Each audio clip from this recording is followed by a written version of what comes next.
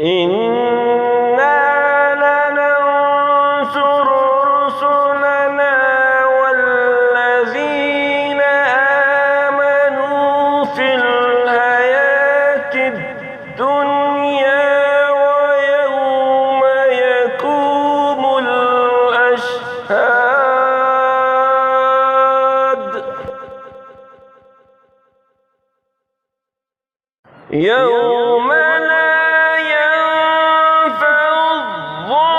الظالمين معذرتهم ولهم اللعنة ولهم سوء الدار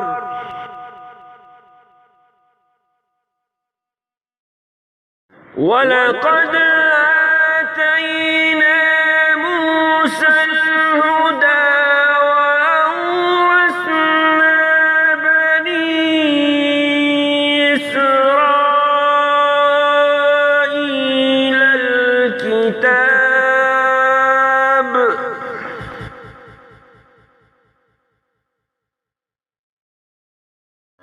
هدى وذكرى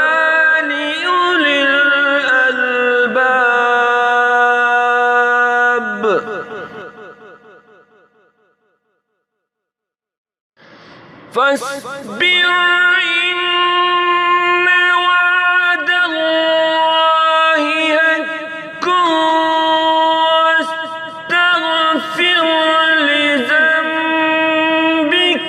وسبح بحمد ربك بالعشي والإبكار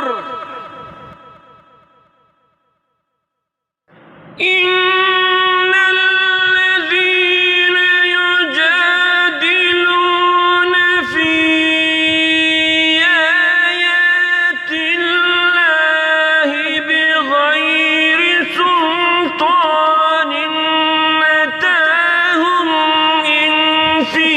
صدورهم إلا كبر ما هم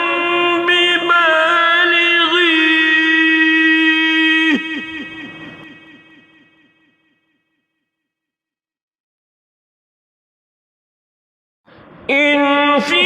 صدورهم إلا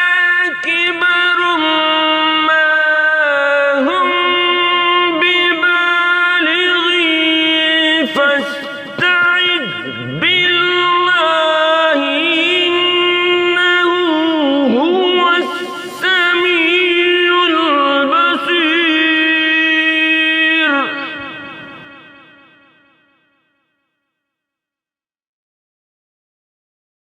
لخلق السماوات والأرض أكبر من خلق الناس ولكن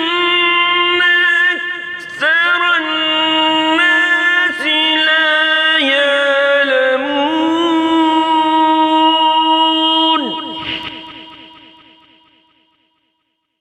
وما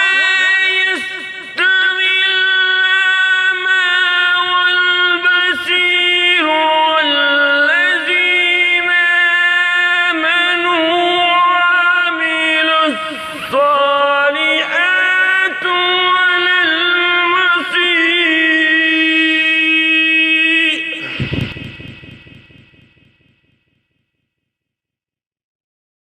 قليلا ما